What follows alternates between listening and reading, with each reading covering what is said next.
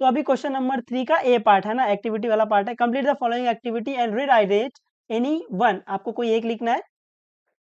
First वाला, the following frequency distribution table show the classification of a number of vehicle and the volume of the petrol fill in them.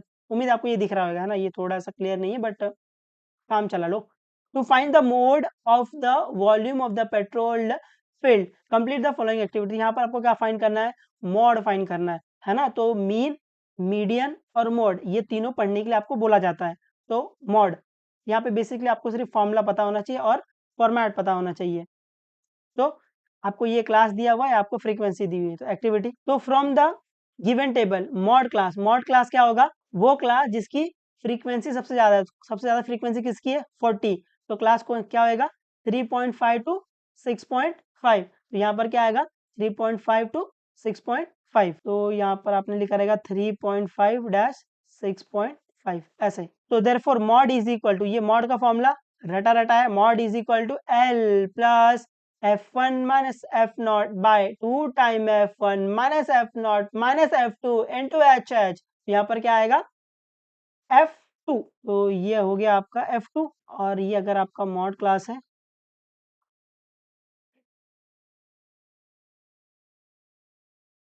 तो ये आपका क्या होता है, ये आपका f1 होता है, ये आपका f0 होता है, ये नीचे वाला आपका क्या होता है, f2 होता है ना। इतना आपको पता होना चाहिए। तो अभी सबकी वैल्यू डाल दो। तो यहाँ पर ये इधर l आएगा, तो ये l plus f1 minus f0 by 2 time f1 minus f0 minus f2 into hh।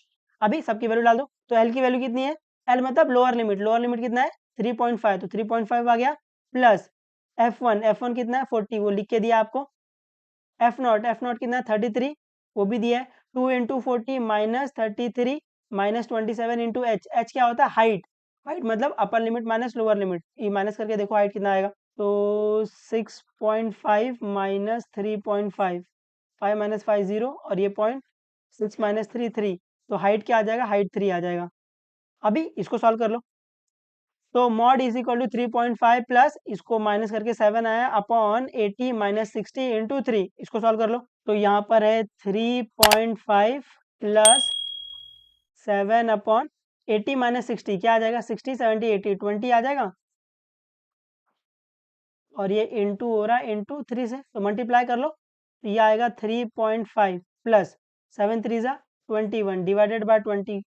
तो 21 को 20 से डिवाइड कर लो, तो ये आएगा 3.5 प्लस, डिवाइड करो क्या आ जाएगा, 21 को 2 से डिवाइड करो, बाद में एक पॉइंट आगे डाल देना ऐसे, या फिर 20 से कर लो। 21 जा 20, यहाँ पर 20 आया, कितना बचा 1 बचा। अभी क्या करेंगे, अभी अपन यहाँ पर एक जीरो लेंगे, तो यहाँ पर पॉइंट डाल देंगे। अभी भी देखो नीचे वाला नंबर बाहर वाले नंबर से छोटा है, तो क्या करें, एक और जीरो लेंगे, एक और जीरो लेंगे, तो यहाँ पर एक और जीरो आ जाएगा। अभी 20 5 जा 100, तो ये 20 5 जा 100 और ये जीरो आ गया। तो डिवाइड करके क्या मिलेगा, डिवाइड करके मिलेगा 1.05। तो 3.5 प्लस 1.05 क्या आ जाएगा, प्लस कर लो। 3.5, पॉइंट के नीचे पॉइंट, पॉइंट के आगे 1 है, पॉइंट के पीछे 0 है, फिर 5 है, तो ये आ जाएगा 5, 5 प्लस 0 5, पॉइंट के नीचे पॉइंट, 3 प्लस 1 4, तो ये आएगा 4.55। तो ये आ जाएगा 4.55, और यूनिट क्या आएगा, लीटर है ना, क्योंकि वॉल्यूम की बात हो रही है। तो ये आ जाएगा 4.55 लीटर, है ना, ऐसे। यहाँ पर भी 4.55 लीटर, ठीक है। उम्मीद आपको समझाइए। अभी सेकंड क्वेश्चन क्या है, the total value with GST of a remote control toy car is 2360 rupees. तो यहाँ पर आपको टॉय कार की जो टोटल वैल्यू है विथ जीएसटी, है ना, तो ये टोटल वैल्यू है, टोटल वैल्यू विद जीएसटी कितना दिया 2360 rupees. The rate of the GST कितना 80% ऑन द टॉय।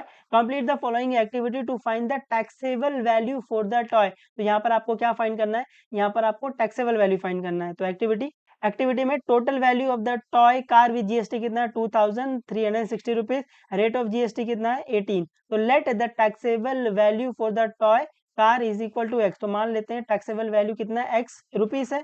तो देयरफॉर जीएसटी क्या आ जाएगा, जीएसटी आ जाएगा 80% ऑफ एक्स, है ना, क्योंकि जीएसटी हम लोग टैक्सेबल वैल्यू पे निकालते हैं। तो ये आ जाएगा 80% ऑफ एक्स। ऐसे है ना, 80/100 इंटू एक्स। अभी total value for the toy car, अभी टोटल वैल्यू का फॉर्मूला क्या था, टैक्सेबल वैल्यू प्लस जीएसटी, है ना।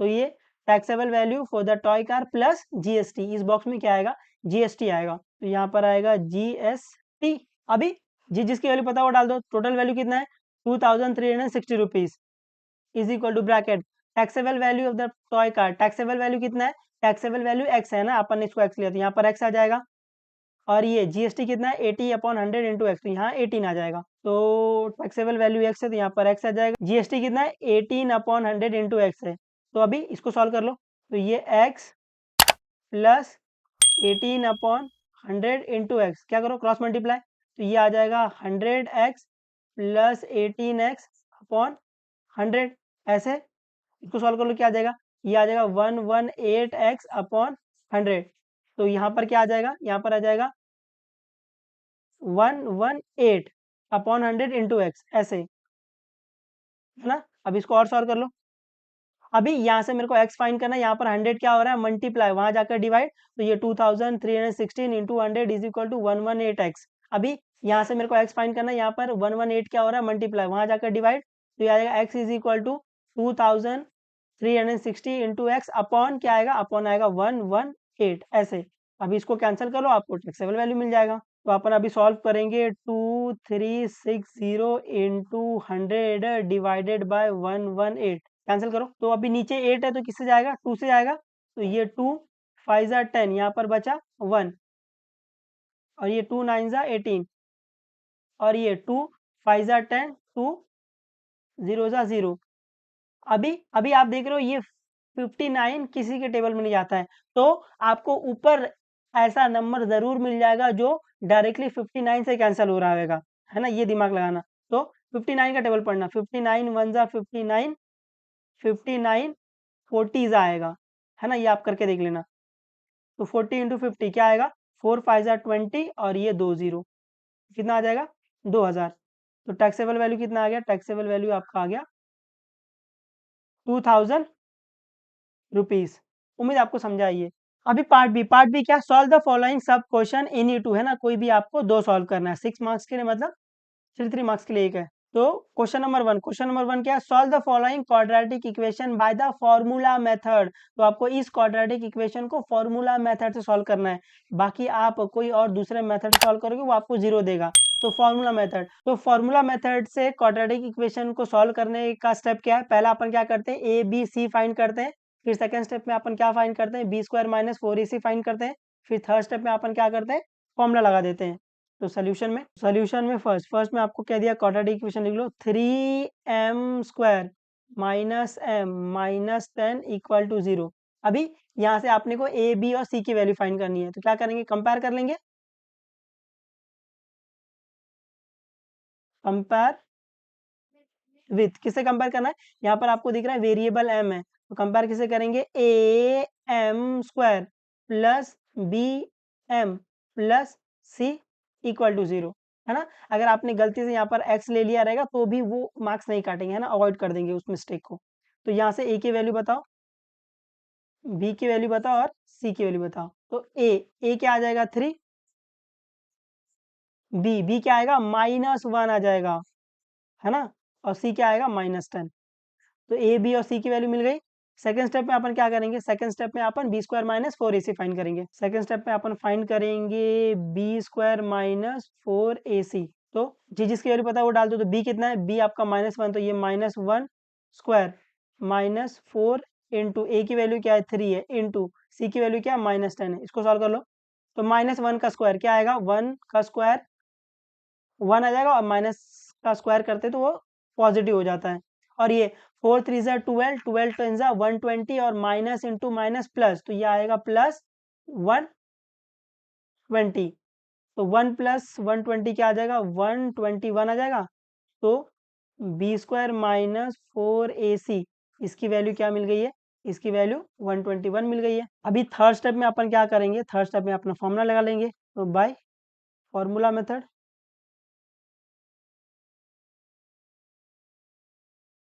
बाय फॉर्मूला मेथड क्या है, यहाँ पर x नहीं बोलना क्योंकि वेरिएबल m है, तो अगर आपने x लिखा रहेगा तो भी चलेगा, बट वो कोई कोई मार्क्स काट देता है।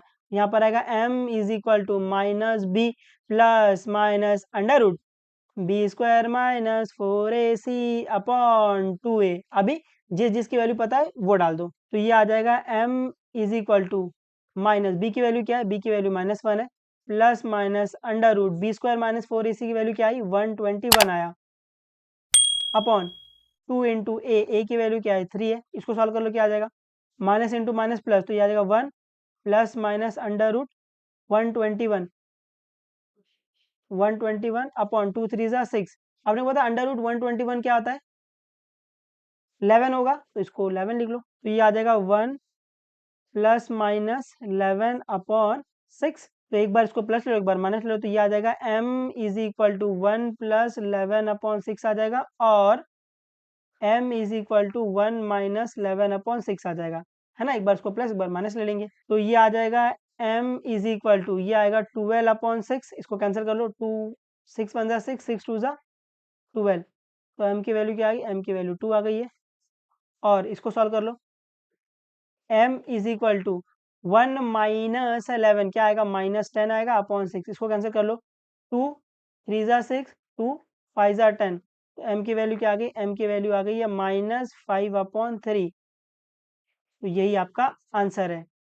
उम्मीद आपको समझ आई है, इजी है ना बिल्कुल। अभी सेकंड सम में क्या, solve the following simultaneously equation using Cramer's rule.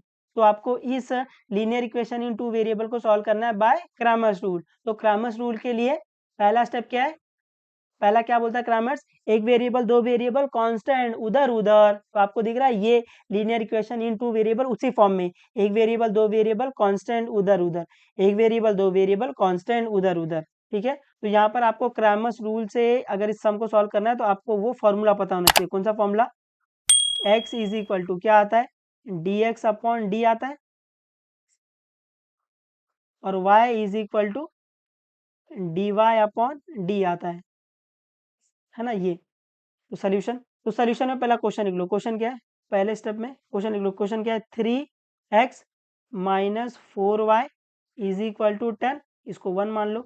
फिर 4x plus 3y is equal to 5, इसको 2 मान लो। तो अभी पहले अपन क्या करेंगे, पहले अपन d फाइंड करेंगे, फिर dx फाइंड करेंगे, फिर dy फाइंड करेंगे, फिर ये फॉर्मूला लगाएंगे। तो पहले अपन क्या फाइंड करेंगे, d फाइंड करेंगे। तो d क्या होता है, डिटरमिनेंट। किसका डिटरमिनेंट होता है, x का कोएफिशिएंट y का कोएफिशिएंट। तो x का कोएफिशिएंट क्या है 3 है और 4 है, y का कोएफिशिएंट क्या है -4 है और 3 है। अभी डिटरमिनेंट सॉल्व करने सबको आता है ना। पहली वाली इंटू दिस माइनस दूसरी वाली इंटू दिस, तो ये 3 इंटू 3 माइनस -4 इंटू 4। सॉल्व करो क्या आएगा, 3 3 × 9, सोचिए तो ब्रैकेट में रख लो, ये माइनस 4 4 × 16 माइनस का माइनस, तो ये आ जाएगा -16। इसको सॉल्व करो क्या आएगा 9 प्लस 16, 9 प्लस 16 क्या आ जाएगा 25। तो डी क्या आ गया आपका 25, है ना। उम्मीद आपको समझाइए, और आप इसी तरीके से करते हो, या फिर आप उसको कंपेयर करके पहला A1 A2 B1 B2 C1 C1 लेते हो, वो नहीं करने का, वो मगजमारी है पूरी।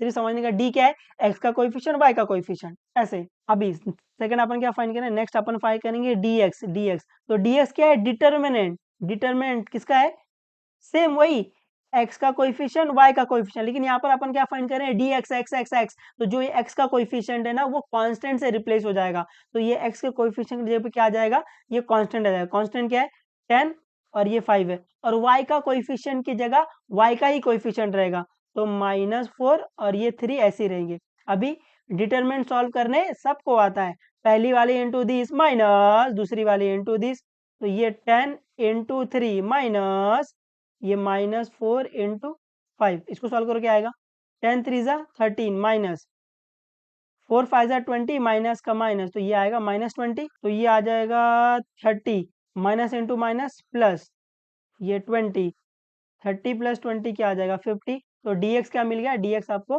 50 मिल गया है। अभी क्या फाइंड करेंगे dy। अभी क्या फाइंड करेंगे, अभी अपन फाइंड करेंगे dy। तो dy क्या है, डिटरमिनेंट। वापस किसका डिटरमिनेंट, x का y का, है ना, x का कोएफिशिएंट y का कोएफिशिएंट। लेकिन यहाँ पे अपन क्या फाइंड करें, D Y Y Y Y, तो वाई का कोएफिशिएंट रहेगा, उसकी जगह अपन क्या लिखेंगे, उसकी जगह अपन कांस्टेंट लिखेंगे। तो ये 10 और 5 इधर जाएगा, और ये जो x का कोएफिशिएंट है उसकी जगह x का ही कोएफिशिएंट आएगा। तो x का कोएफिशिएंट क्या आएगा, x का कोएफिशिएंट है 3 और 4। अभी ये डिटरमिनेंट को सॉल्व करने के लिए सबको आता है, पहली वाली इंटू दिस माइनस दूसरी वाली इंटू दिस, ये आएगा 3 इंटू 5 माइनस 10 इंटू 4, तो क्या आएगा 3 5 जा 15 माइनस 10 4 जा 40। तो अभी आपको दिख रहा है एक माइनस है, जब एक माइनस रहेगा तो do the subtraction sign of the bigger number, तो 40 माइनस 50 क्या आ जाएगा 25 आ जाएगा, और sign of the bigger number minus, तो डीवाई क्या मिल गया, डीवाई आपको मिल गया है -25। अभी अपन क्या करेंगे फिफ्थ स्टेप में अपन बाय क्रैमर्स रूल, तो by Cramer's rule, Cramer's rule, तो बाय क्रैमर्स रूल, तो क्रैमर्स रूल क्या है, x is equal to D X upon D, and y क्या है, y is equal to D Y upon D. अभी dx की value डाल दो, d की वैल्यू डाल दो, तो ये आ जाएगा x is equal to 25 upon 25, तो ये 25 बन जा 25 बन जा, तो x की वैल्यू क्या आ गई, x की वैल्यू 1 आ गई है, एंड y क्या है, y is equal to D Y क्या है -25 अपॉन डी की वैल्यू क्या है 25, तो ये 25 बन जा 25 बन जा, तो ये क्या आ जाएगा, y की वैल्यू क्या आ जाएगी -1, है ना, साइन नहीं भूलना, तो यही क्या है, यही आपका आंसर है। ठीक है, उम्मीद आपको समझाइए। थर्ड वाला क्या है, 50 share of face value ₹10 were purchase for market value of ₹25। Company declare 30% dividend on the shares, then find sum invested, dividend receive, rate of return. ठीक है, तो जब भी शेयर वाला सम आएगा तो पहले आपको शेयर का डायग्राम बनाना है ना, जो आपका शेयर्स रहता है वो दिखता कैसे है। ठीक है, उससे आप इजी तरीके से चीज़ों को अप्रोच कर पाओगे, है ना, चीज़ों को समझ पाओगे कि कौन सा फॉर्मूला कैसे लगाना है। ठीक है, अपन क्या करते हैं, अपन पहले शेयर का डायग्राम बना, शेयर का डायग्राम ऐसे बनाते हैं अपन,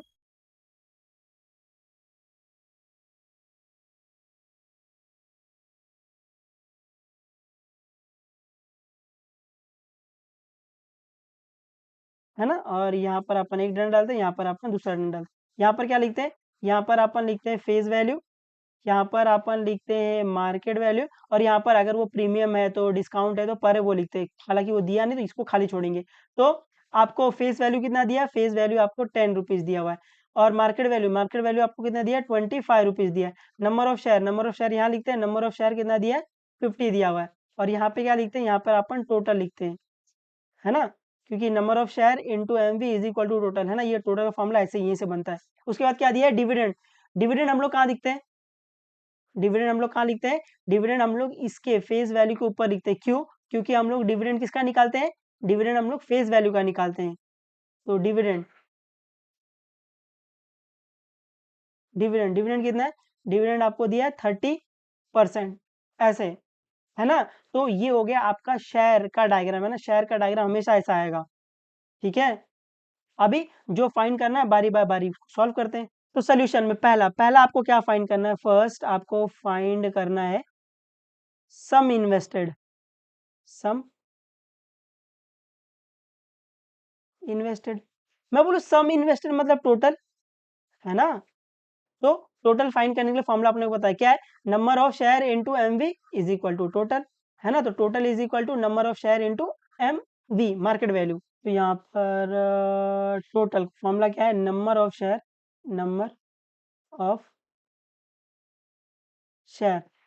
मल्टीप्लाई बाय एम वी, है ना, मार्केट वैल्यू, तो क्या आ जाएगा 50 इंटू एम वी, कितना है एम वी 25 है, तो मल्टीप्लाई करो उसको, क्या आएगा 25 इंटू 5 कर लो, फिर आगे जीरो डाल देना, 5 5 जा 25, तो यहाँ पर 5 यहाँ पर 2, 5 2 जा 10, 10 प्लस 2 12 आ जाएगा, आगे जीरो डाल देंगे, है ना, क्योंकि ये 50 है इसीलिए। तो ये आ जाएगा 1250, तो 1250, तो टोटल क्या आ गया आपके पास, टोटल आपके पास आ गया 1250, लिखेंगे देयरफॉर सम इन्वेस्टेड, सम इन्वेस्टेड कितना ₹1250।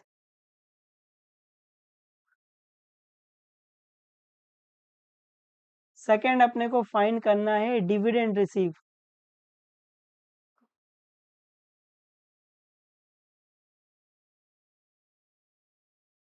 डिविडेंड रिसीव, तो अभी अपने को पता है अपन डिविडेंड किसका निकालते हैं, डिविडेंड अपन फेस वैल्यू का निकालते हैं। तो यहाँ पर क्या आ जाएगा, dividend is equal to, dividend कितना दिया है 30%, तो 30% ऑफ फेस वैल्यू, ऐसे।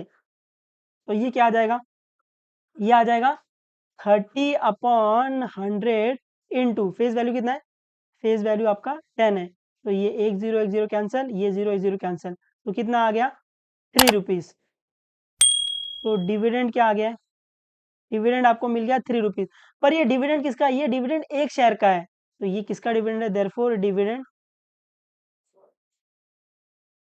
डिविडेंड ऑफ 1 शेयर, है ना, एक शेयर का जो डिविडेंड है वो ₹3 है, और अपने पास टोटल शेयर कितने हैं 50 है, तो मैं बोल सकता हूँ देयरफॉर डिविडेंड ऑफ 50 शेयर, तो डिविडेंड ऑफ 50 शेयर क्या आ जाएगा, 3 इंटू 50 क्या आ जाएगा, ₹150। उम्मीद आपको समझा है, ठीक है। और ये जो डिविडेंड ऑफ 50 शेयर है, इसी को अपन क्या बोलते हैं, इसी को अपन टोटल डिविडेंड भी बोल देते हैं, है ना, टोटल डिविडेंड, ऐसे। उम्मीद आपको समझा है ये। तो देयरफॉर अपन लिखते हैं देयरफॉर डिविडेंड रिसीव कितना है, डिविडेंड रिसीव्ड कितना, ₹150, और इसको ऐसा ब्रैकेट में रख लेंगे, है ना, कहता इजी है, बस खाली आप लॉजिक पकड़ के चलोगे आपको आ जाएगा ये। अभी थर्ड स्टेप में अपने को क्या फाइंड करना है, थर्ड स्टेप में अपने को फाइंड करना है rate of return, rate of return, rate of return. तो रेट ऑफ रिटर्न फाइंड करने के लिए आपको रेट ऑफ रिटर्न का फॉर्मूला पता होना चाहिए, अगर फॉर्मूला नहीं पता तो रेट ऑफ रिटर्न उड़ जाएगा। रेट ऑफ रिटर्न का फॉर्मूला क्या है, डिविडेंड अपॉन टोटल अमाउंट, या फिर total dividend upon total amount into 100, ठीक है। यहाँ पे rate of return, rate of return, rate of return क्या आएगा, total dividend, total dividend upon total amount, total amount into 100। तो टोटल डिविडेंड कितना मिला, टोटल डिविडेंड आपको मिला ₹150, और टोटल अमाउंट कितना मिला, टोटल अमाउंट कितना, टोटल अमाउंट है आपका 1250, और ये इनटू 100, इसको कैंसिल करो आंसर आ जाएगा। तो ये जीरो कैंसिल हो गया, अभी यूनिट प्लेस पे 5, तो 5 से डिवाइड होएगा, तो 5 2 जा 10, यहाँ पर बचा 2, 5 5 जा 25, 5 3 जा 15, और ये 0 वापस 5 से जाएगा, ये 5 5 जा 25, 5 6 जा 30, अभी वापस ये 5 से जाएगा, 5 1 जा 5, 5 2 जा 10, और ये 6 2 जा क्या आ जाएगा 12। तो क्या आ गया, रेट ऑफ रिटर्न आ गया आपका 12%। तो रेट ऑफ रिटर्न,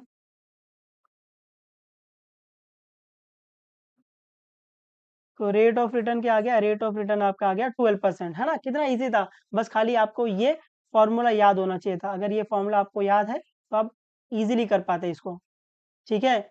उम्मीद आपको ये समझा ही है। फोर्थ वाला क्या, one coin and the one dice are thrown simultaneously, तो एक कॉइन और एक डाइस को साथ में फेंक रहे हैं। Find the probability of the following event, तो आपको जो ये नीचे इवेंट दिया ना इसकी प्रोबेबिलिटी फाइंड करनी। तो पहला इवेंट क्या है, to get a head and prime number. Event B क्या है, to get tail and odd number. तो सोल्यूशन में अपन क्या कर रहे हैं, एक कॉइन और एक डाइस थ्रो कर रहे हैं। तो सैंपल स्पेस क्या आएगा, अपन क्या कर रहे हैं, एक कॉइन तो इसको एक बॉक्स में ले लेंगे ऐसा, फिर एक डाइस ऐसे, इसको अपन दूसरे बॉक्स में ले लेंगे। तो अभी जब मैं कॉइन को टॉस करूंगा तो इसका आउटकम क्या आएगा, इसका आउटकम या तो हेड आएगा या तो टेल आएगा। जब मैं डाइस को थ्रो करूंगा तो इसका आउटकम क्या आएगा, इसका आउटकम या तो 1 आएगा, या तो 2 आएगा, या तो 3 आएगा, या तो 4 आएगा, या तो 5 आएगा, या तो 6 आएगा। तो जब मैं ये कॉइन और डाइस दोनों साथ में रखूंगा, सैंपल स्पेस कैसे लिखते हैं अपन, एक आउटकम सबके साथ, दूसरा आउटकम सबके साथ। तो सोल्यूशन में तो पहले स्टेप में सैंपल स्पेस क्या आ जाएगा, सैंपल स्पेस आएगा ये हेड है ना, H1 H2 H3 H4 H5 H6, फिर दूसरा आउटकम सबके साथ T1 T2 T3 T4 T5 T6 है ना। तो ये आएगा H1 H2 H3 H4 H5 H6, फिर T1 T2 T3 T4 T5 T6। तो एन ऑफ एस में कितने एलिमेंट आ जाएंगे, आप चाहिए तो फॉर्मली काउंट कर लो, या फिर इसका आउटकम 2 है, इसका आउटकम 6 है, तो 2 6 12 ऐसे, या फिर आप काउंट भी कर सकते हो, कोई दिक्कत नहीं है। तो एन ऑफ एस कितना आ गया, एन ऑफ एस आपका 12 आ गया है।